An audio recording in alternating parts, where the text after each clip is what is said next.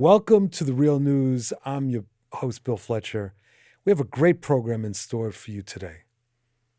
In March 1979, an uprising on the Caribbean island of Grenada overthrew the tyrannical regime of Eric Gary. The uprising, led by the New Jewel movement, had broad popular support.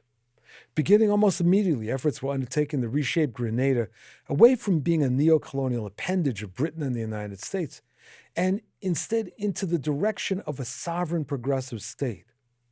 Though there was a collective leadership, the internationally known leader and prime minister was the charismatic Maurice Bishop.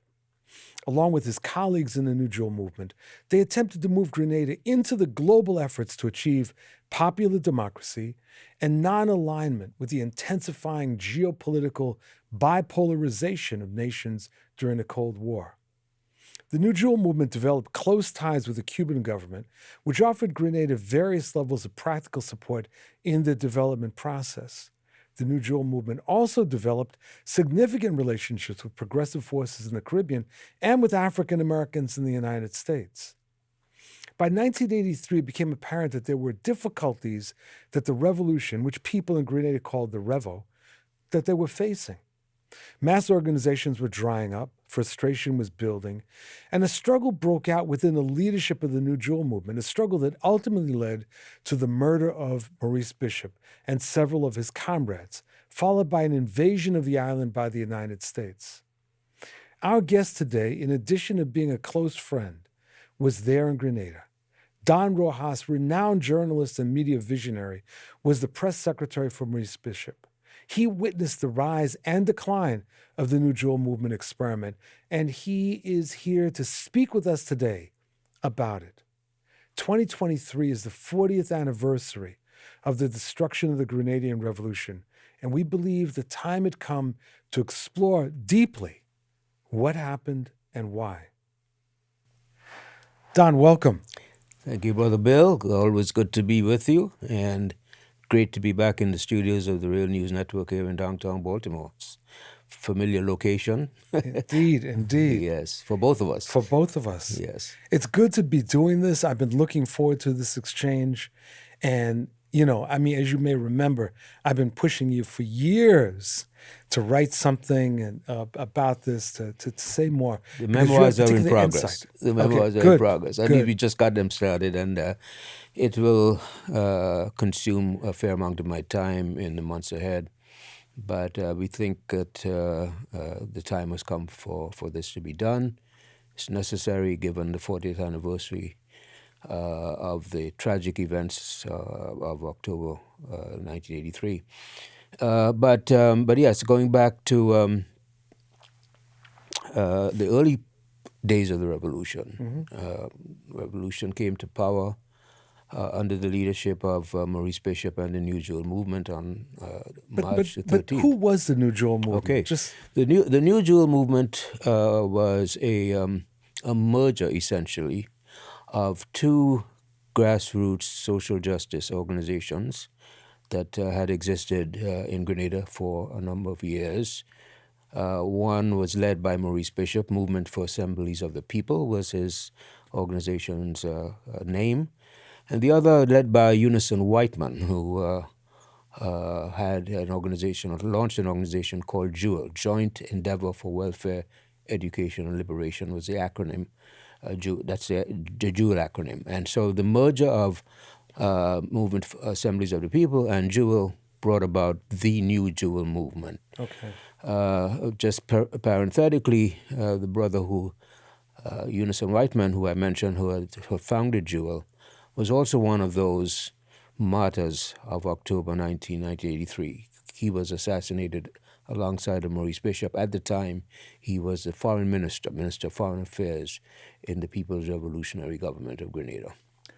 So in March of 1979, there's an uprising. Yes. And in many of the mainstream media sources, they talk about a coup. What exactly was that, and why? Why was there an uprising? Yeah, there was an uprising because for years prior to March 1979, the New Jewel movement was undertaking a struggle, an ongoing struggle against a tyrannical regime led by a man by the name of Eric Matthew Gary, who, by the way, back in the 1950s, when he first entered politics in Grenada, entered as a fairly progressive trade union leader who had returned from working in the oil fields of Aruba and Curacao in the Dutch Antilles, returned to Grenada, and entered politics.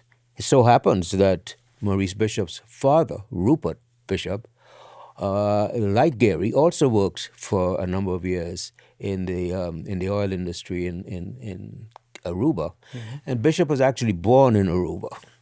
Went back to Grenada when Bishop was a little boy, and so he grew up in Grenada, and his father became owner of a small commercial enterprise in St. George's, but also became involved in the anti-Gary politics in the mid-1970s, and in fact was part of a demonstration against the Gary regime's rush to independence from the British colonial powers at the time, without any full consultation with the Grenadian people, and certainly without a new constitution. The idea was that he was going to move towards independence as a way of consolidating his own political power in Grenada. Just prior to him leaving the country, the day before the 13th of March 1979, he left orders with his police forces, and in particular his paramilitary forces. Gary had put together a kind of a group of thugs very similar to the Tonton Macoute under Duvalier's regime in Haiti. This was a sort of a paramilitary gang that took orders directly from Gary himself. And they had carried out campaigns of terror for years prior to this against the New Jewel movement and against the Bishop family in particular. Was this the Mongoose Squad or something? The Mongoose Gang, yes. Yeah. Yes, the Mongoose Gang, so-called. And in one of these demonstrations in 1975, Bishop's father, who was participating in that demonstration, actually was killed by the Mongoose Gang, shot in the back while he was protecting young school children and youth who were participating in that demonstration. So even before the revolution came to power, Bishop's father had already sacrificed his life for the struggle for true independence in Grenada. So anyway, Gary was on his way out of the country the day before and left specific instructions with his Mongoose Gang to ratchet up the campaign of terror against Bishop and the New Jewel movement. Word got out to the young members of the New Jewel movement that they faced very, very serious consequences, including threats to their own lives. With Gary out of the country, he had left orders for them to be literally arrested and charged with sedition. So it was decided to move quickly on to remove Gary from power while he was out of the country, and so a group of young men, poorly armed, on the morning of March 13, 1979, took power in a surprise attack against the military, Gary's military. They took over the radio station and key government facilities and announced on air that the Gary dictatorship had been overthrown and that a new government had come to power, and called on the people of Grenada to show their support for the new government, which they did. Thousands of people flowed into the streets of every town and village across the country, indicating that this was a very popular overthrow of not just a dictatorship, but Gary had become erratic, and as he grew older, he became enchanted with things like flying saucers and all kinds of crazy phenomena like that, and so patently unprepared to continue to govern an independent country. So the revolution was very quick, and there was minimum loss of life. I think only one or two people actually lost their lives, but so it came to power in March of 1979 with popular support from the Grenadian people, and indeed also support from the masses of Caribbean working people across the region who had been observing from a distance the political developments in Grenada in the 1970s and in the post-independence period, post-1976. Grenada did receive its independence from Britain in 1976, in February. Next year, actually, we'll be celebrating the 50th anniversary of their independence. But the revolution then proceeded under Bishop's leadership and the leadership of the New Jewel movement, which declared Let me itself. just stop you there. Yes. So they come into power, and what kind of political and economic system did they seek to introduce? Right. How would you describe it? Sought to introduce a political economic system along the lines of progressive social democracy, one might say, with heavy emphasis on empowering the working people, particularly workers, farmers, and fishermen, and empowering other mass organizations and organizing them into mass groupings of youth and people and women and workers, etc. The idea was to suspend the colonial constitution or the neo-colonial constitution that had been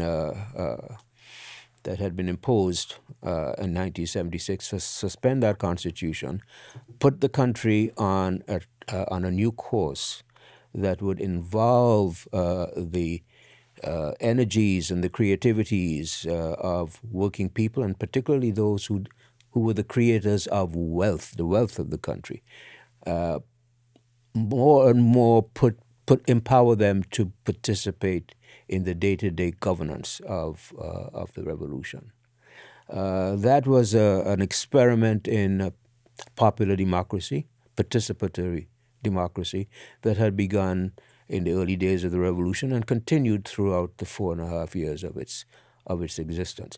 I think that perhaps more than anything else differentiated or distinguished the Grenada social experiment in the context of Caribbean history, in context of the broader Caribbean Latin American region. That process also was very much welcomed by the progressive forces across the world. And so the active involvement of the People's Revolutionary Government in international fora such as the Non-Aligned Movement, the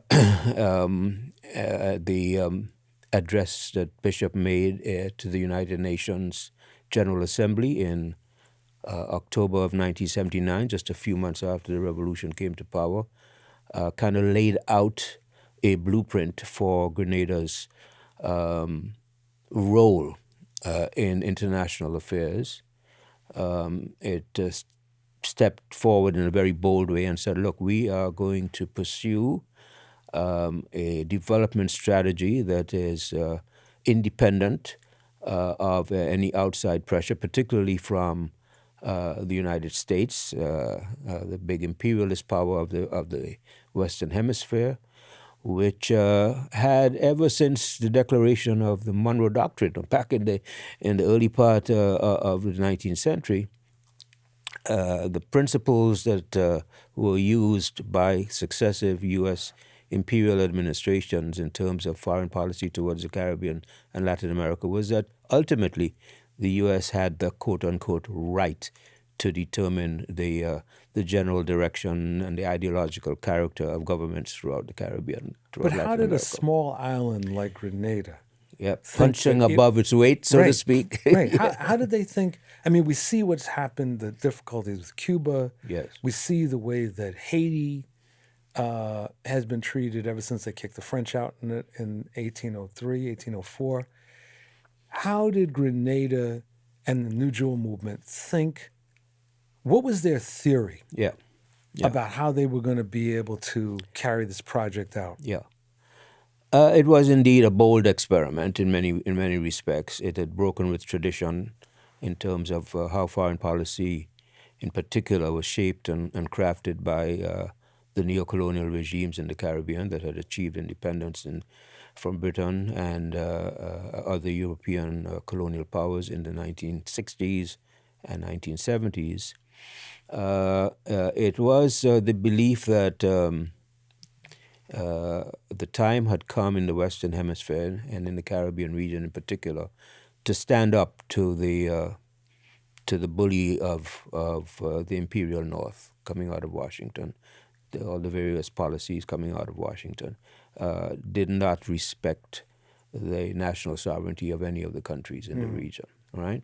And so that by a group of young, talented, committed, and highly politically developed revolutionaries, among them Maurice Bishop, they viewed this in a very different through a very different lens. All right, they viewed the relationship with the United States. They would not accept the notion, and Bishop made it clear in many of his speeches, that Grenada was in anyone's backyard, certainly not in the backyard of U.S. imperialism. The other practical consideration that the Grenadian, and Bishop in particular, Grenadian revolutionaries were confronted with was that there was, in fact, an existing successful revolution in the form of the Cuban Revolution that existed in our part of the world, right?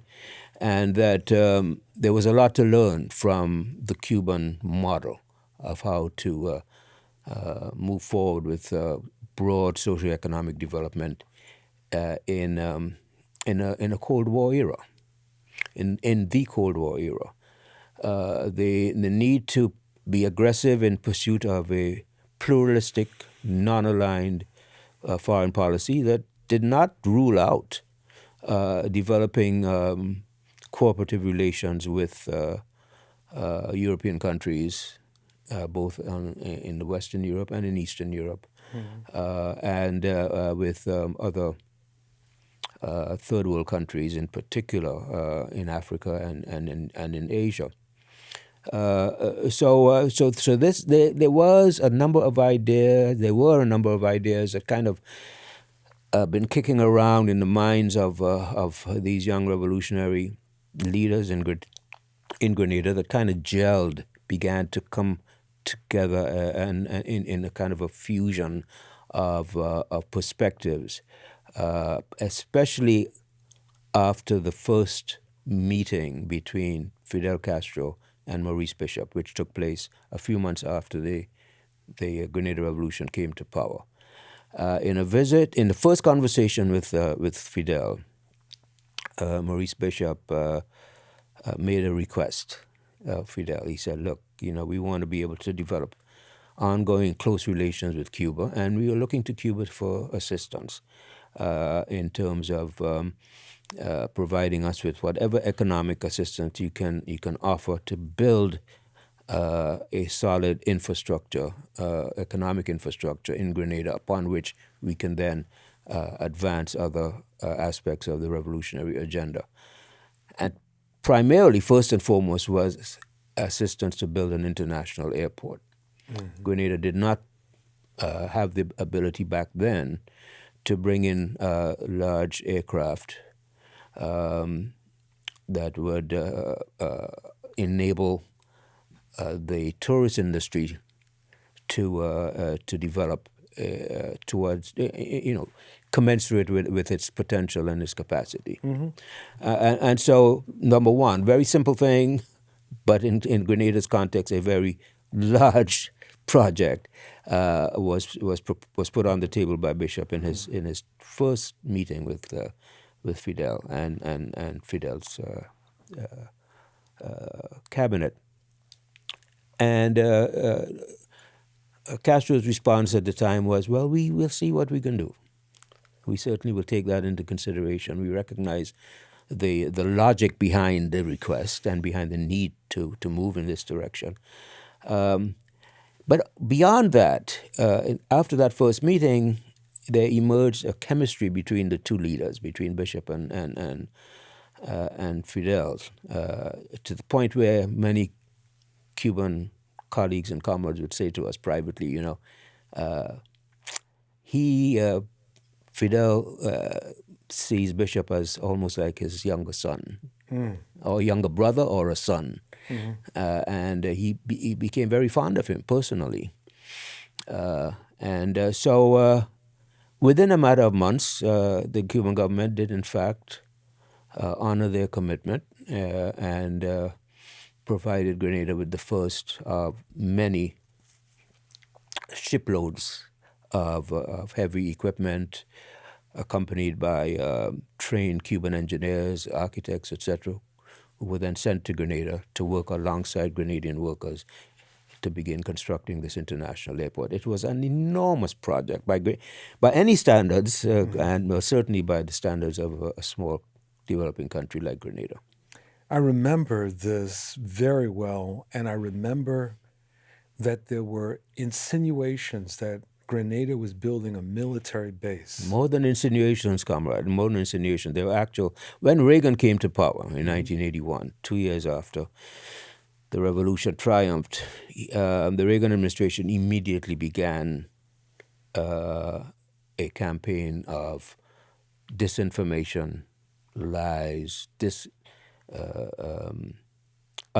trying to undermine the Grenada Revolution in both domestic and foreign policy.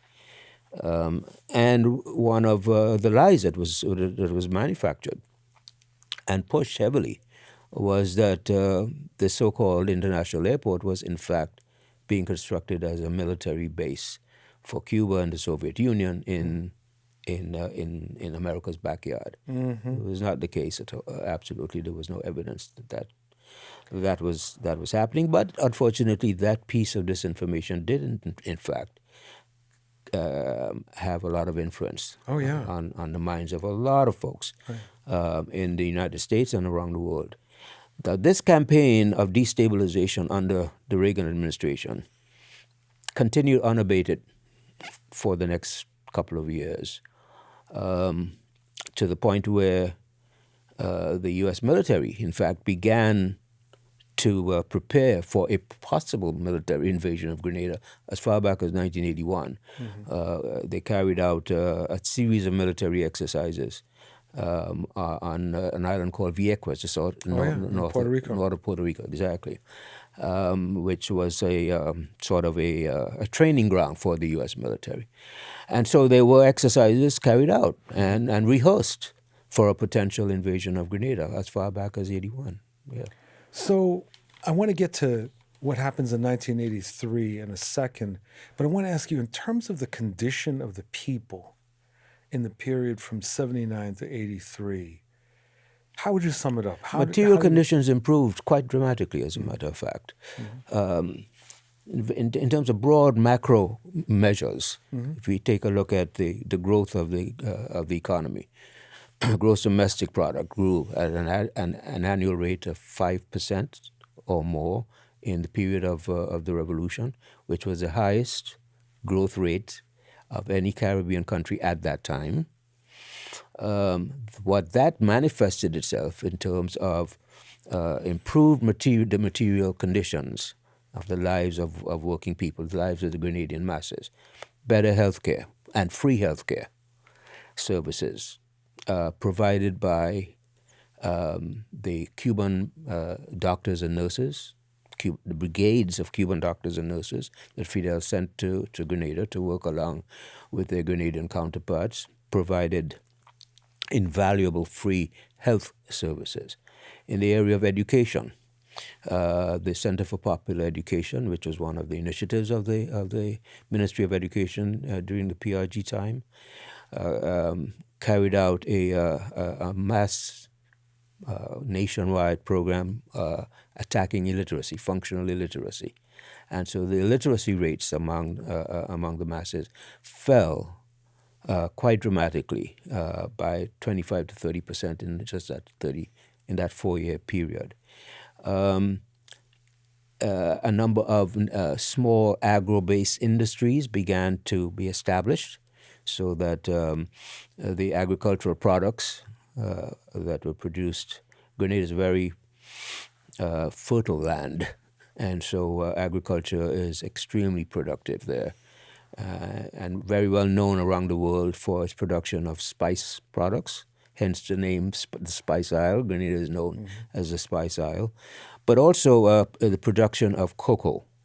Grenadian cocoa, raw cocoa, is among the highest quality cocoa you can find anywhere, grown anywhere in the world. And in fact, much of Grenada's cocoa ends up in high-end chocolates produced in Switzerland and Belgium and other parts of Europe. So Grenada had that its economic base was agriculture, and that needed to be expanded, and it was expanded. And of course, on top of that, you add the ability to expand your tourism with the construction of a new airport, would put Grenada on a road to a sustainable economic development path. That was essentially the strategic objective of Grenada's economic development policies. Now, in the United States at that time, there was, in the left, and particularly the black left, there was a lot of support for the New Jewel movement. Yes. And an organization, you may remember, the National Black United Front, yes, had been very active in that. Yes. I used to work closely with the National Black United Front right up until I left for Grenada. In fact, worked with Reverend Daughtry and others based in Brooklyn, Brooklyn, New York. At the time, I was the editor of the Amsterdam News, New York Amsterdam News, and so came into very close contact with the leadership of NBUF, and in fact helped to put together a delegation. NBUF led a delegation to Grenada, a fairly substantial delegation of solidarity activists from the United States, visited Grenada in 1981 and participated in activities there. So yes, you're right. There was that a base of support among African American civil rights and social justice activists in support of Grenada. They established a U.S. Grenada Friendship Society. That's right. Came out of that period, and in fact, people like Angela Davis visited Grenada during the Revolution. I had the privilege of being her escort. I was assigned to show Angela around by Maurice Bishop while she was there, and same with Harry Belafonte. Harry came to Grenada as well during the time of the Revolution. I had the honor and privilege of escorting him around as well. So not only high profile celebrities from the African American community, but also just activists who have been involved in racial justice work in the U.S. gravitated towards Grenada. They saw this as it was a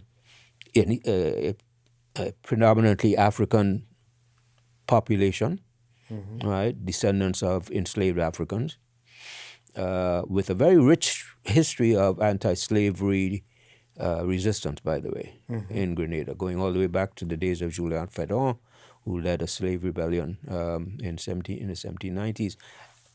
Around the same time that the the uprisings were being organized against the French slave masters in Haiti. So there's that long tradition that is present in Grenadian political history that kind of prepared the population for this new approach to post-independence political development in the form of the Grenadian Revolution. So how does the editor of the Amsterdam News end up in Grenada? Interesting, yes. So I'm in New York at the time that Bishop comes to speak at the General Assembly. I mentioned the speech earlier. This was in October, late September, early October of 1979.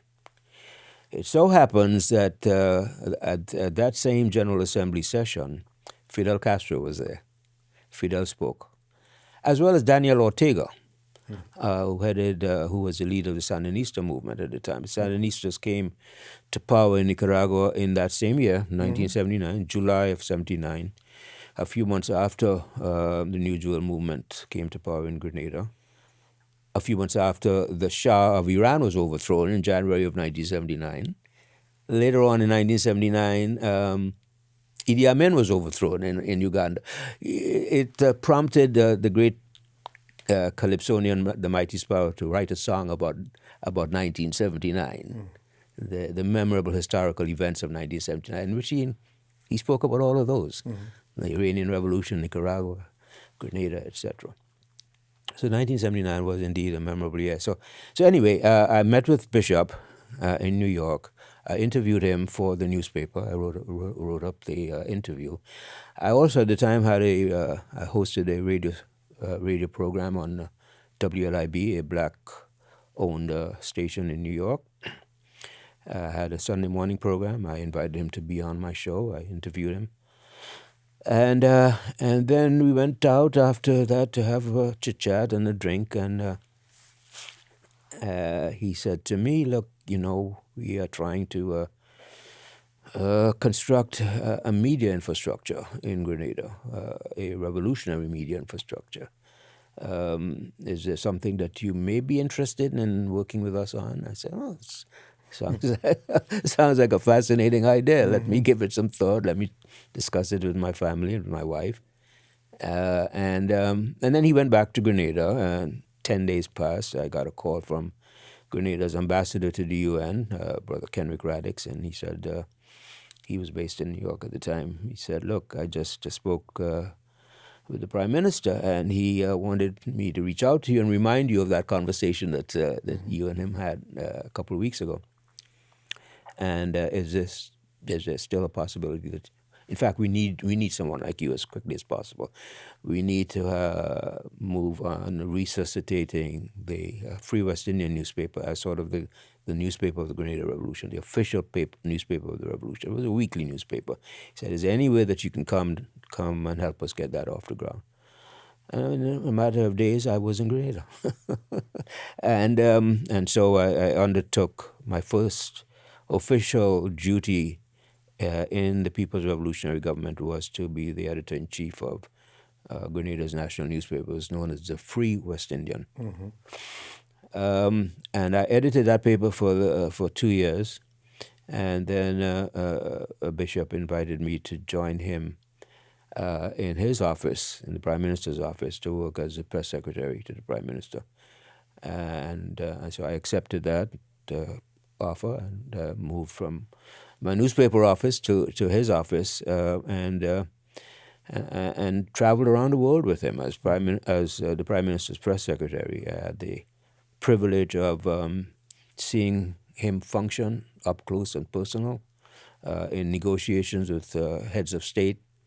What was he like? Very confident, very articulate, brother. Was never overwhelmed or overawed by the prospect of sitting face to face with the leaders of the Soviet Union or East Germany or Libya. We met with Gaddafi and traveled around the world. We even met with Kim Jong-il in North Korea, in Pyongyang. I mean, so a lot of traveling in that 2-year period with him as he moved from capital to capital across Europe, across Africa, and even in Asia, to try to drum up support for the Grenada Revolution. And in so doing, he was very successful. Grenada was, he projected Grenada onto the global political stage far beyond its size or its political significance. And he was seen by his peers as a rising young star coming out of what was known then as the Third World. The developing world we call the Global South these days, but he was seen by so many of the leaders of Europe and Africa and Asia as this young rising star with charisma, with brilliant ideas and the ability to articulate those ideas clearly. So everywhere we went, we found support for not just diplomatic support in our ongoing struggle against the disinformation campaign of the Reagan administration, but also concrete economic support, or at least pledges of economic support, even from some of the Northern European social democracies. They offered technical support and some material support for the construction of the international airport. Recognized that Cuba alone could not undertake, or should not, by itself, undertake such a massive task. So those visits, to Bishop's credit, thanks to his leadership, really, projected tiny Grenada onto the global geopolitical map. Was he a good listener? He was a good listener. He had a great sense of humor. He was not drawn in, as so many other political leaders tend to be, into the realm of being struck by power, or being, power in and of itself could be a narcotic. Oh, indeed. Yeah, and I saw how he struggled with that, but was able to overcome it because he tried to keep true to his roots. He was a Caribbean man, middle class Caribbean man, been educated in England as a lawyer. By the way, he had a very successful legal career in England before he returned to Grenada to get involved in local politics there. That's a whole other chapter of his life. And a brother who he loved to play with ideas. He had a vision. He was a visionary guy, and his vision. How do you articulate a vision of a popular democracy to a people that had previously never experienced anything quite like it?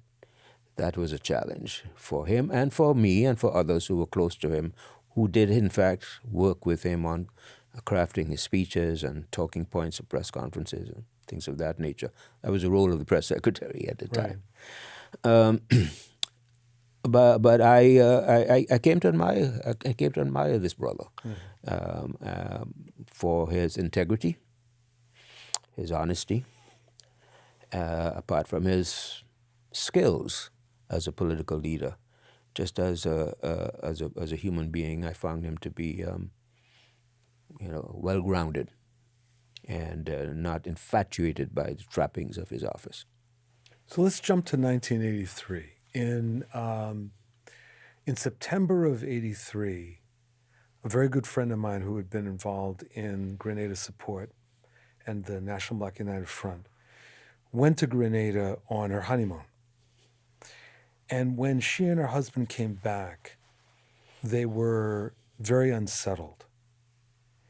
And I think she might have gone on that delegation that you described and had been very excited. When she came back in '83, it was very different. It was she and her husband were concerned, and Concerned about? they said there are problems that are emerging. The mass organizations aren't functioning very well. They're losing membership and energy, and people are trying to figure out what to do, what mistakes are being made. I remember actually reading an internal document from the NJM that was captured by the United States, by the troops, and put in this book of documents.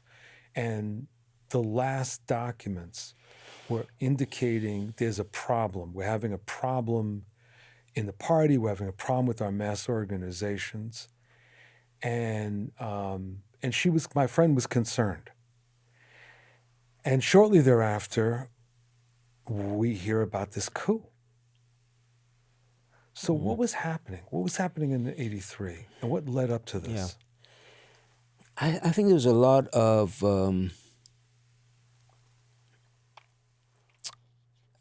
reports of these very serious problems that you referred to. Many of these reports were blown out of proportion, number one. Number two, many of them became tools or weapons in the hands of Bishop's adversaries as a way to question his leadership. Such as Bernard Court? Yes, such as Bernard Court, exactly. And those who gravitated around Bernard Court. The expectation that after 4.5 years, that the early days of the enthusiasm for the revolutionary process would live on with such intensity. That was somewhat idealistic in my view, looking back at things now. I mean, revolutionary processes tend to be protracted processes. Indeed. You know, they don't just wave a magic wand and you produce a magical outcome.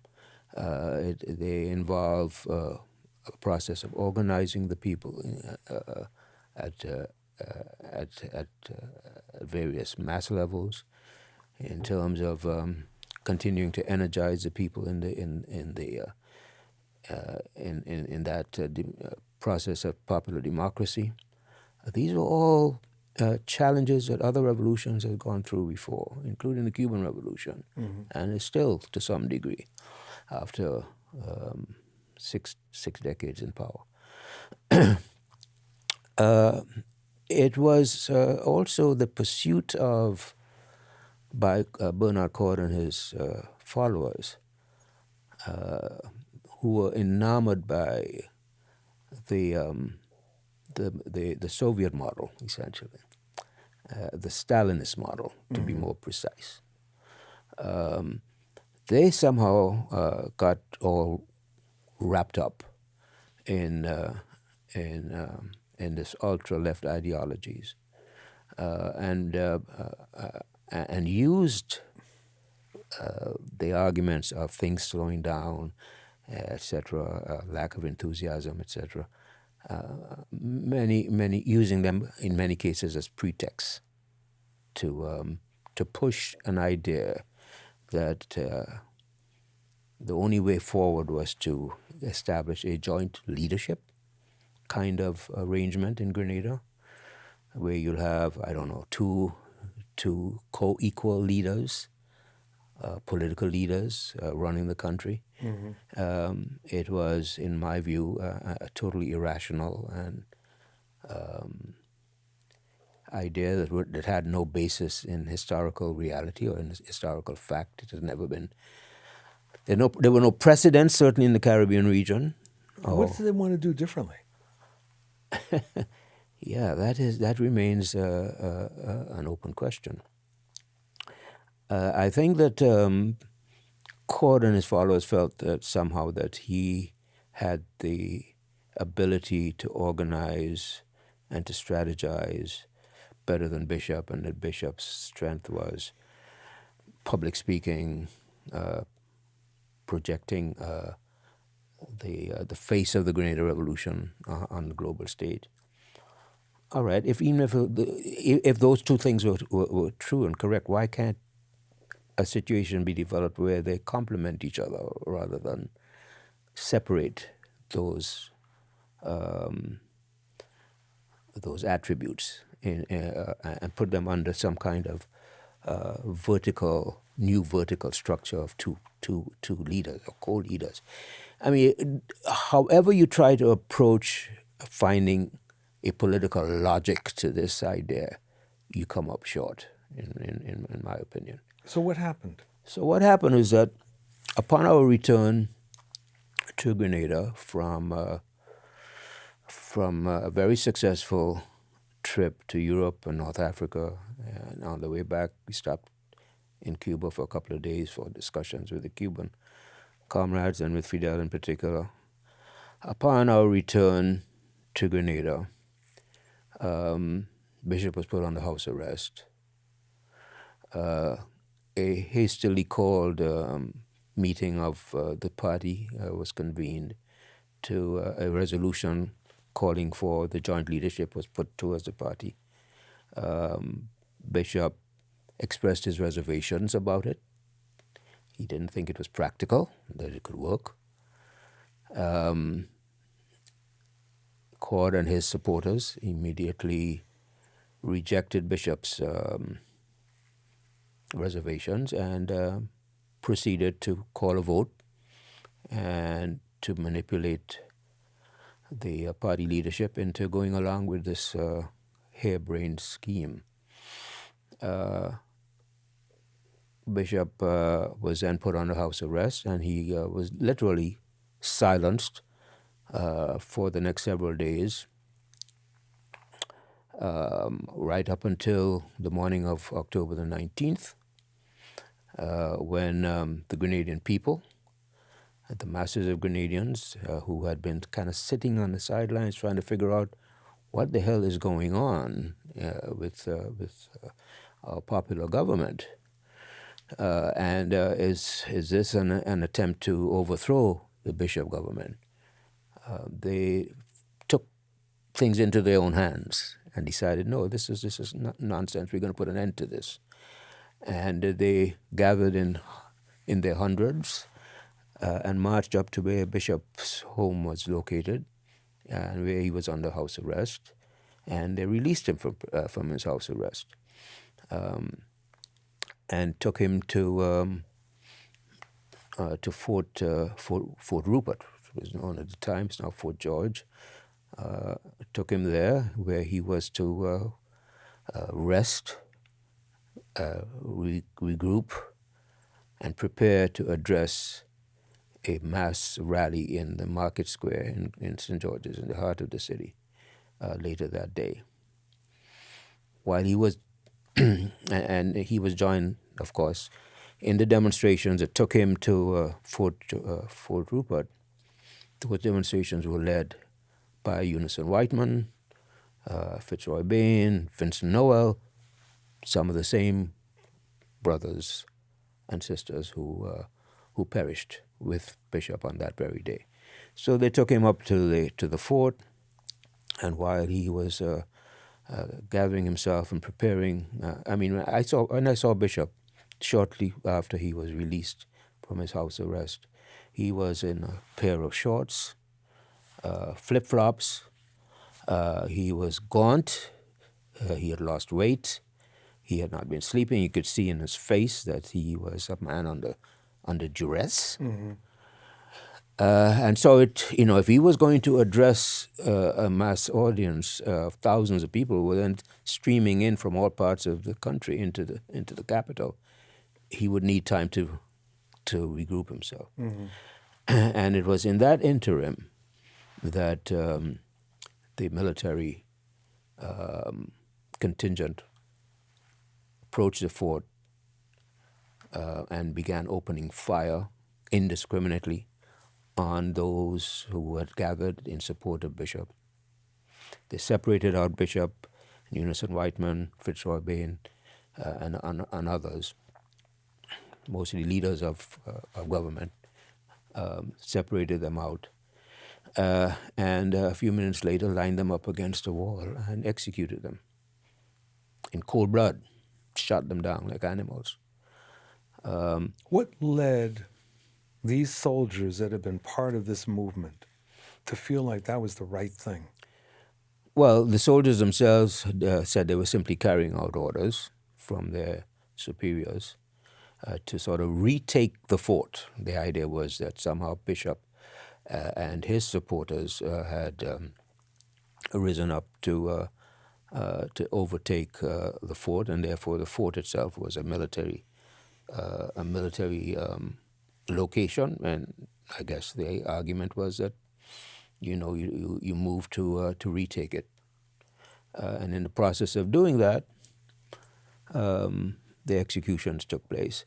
In addition to that, several other people, in fact, altogether 19 innocent people were killed on that day, innocent Grenadians.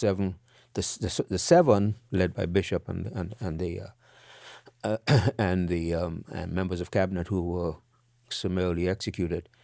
In addition to those, you had another 12 or 13 innocent Grenadians who perished on that day.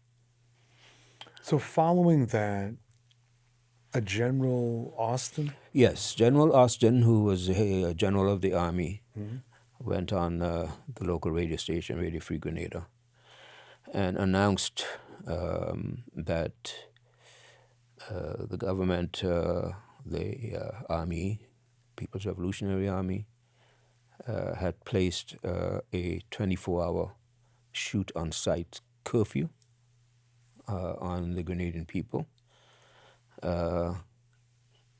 literally locking them up in their homes. The threat of being shot on sight if they ever left the homes. This was totally unprecedented in the history of Grenada and the entire Caribbean.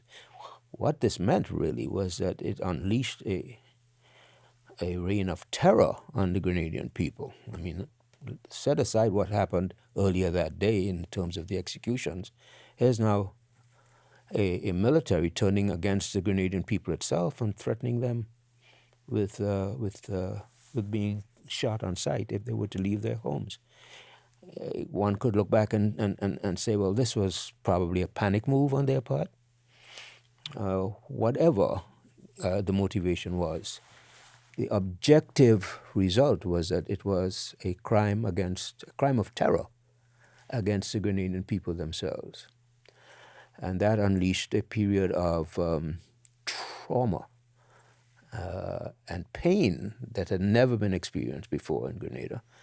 That trauma, Brother Bill, that trauma has been existing for the last 40 years, being passed on from one generation to the next, until what just happened in Grenada happened. We just have a few minutes, so why don't you tell us what happened? What just happened in Grenada was that the current government, a young, progressive, sort of social democratic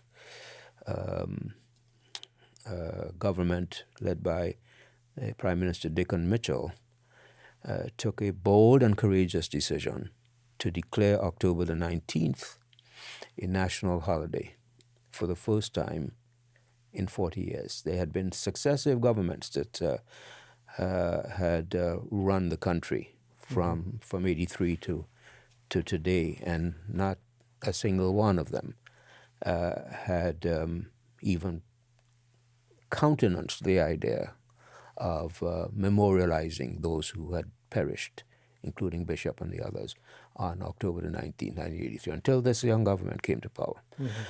And so by establishing this date as a national holiday and as National Heroes Day, and declaring it to be a day of reflection and mourning for the first time in 40 years, I believe has initiated a process of long-term healing on the part of the Grenadian people, a process of reflection, a process of not trying to sweep under the rug historical truths that took place 40 years ago, but to confront them, to learn sometimes very painful lessons that they have presented to us or have left for us to reflect on, and to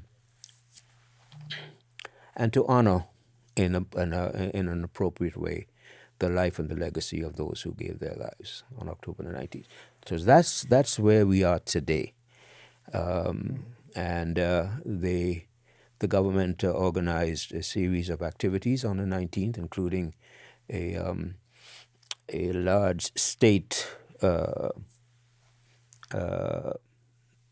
sponsored and organized memorial ecumenical service, followed by a memorial ceremony on the 19th a few weeks ago. And it was a very moving, very successful event, and I think it has begun a process of reconciliation and healing that hopefully will continue in the years ahead. Don Rojas, I want to thank you very much. I have been so wanting to do this interview, and part of it is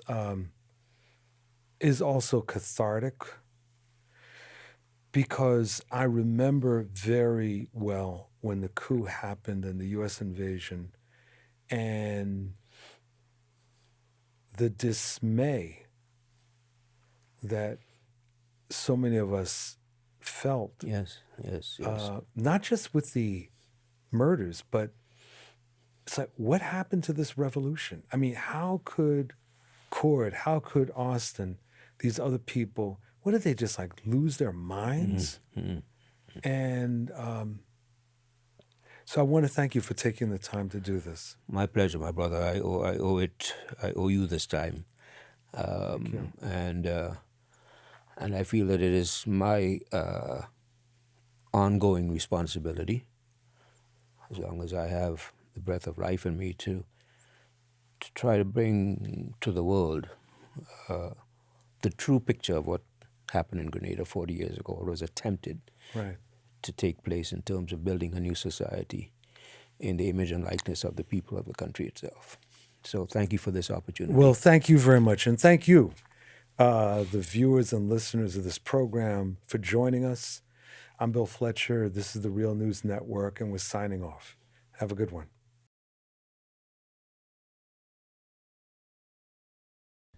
Thank you so much for watching the Real News Network, where we lift up the voices, stories, and struggles that you care about most. And we need your help to keep doing this work. So please tap your screen now, subscribe, and donate to the Real News Network. Solidarity forever.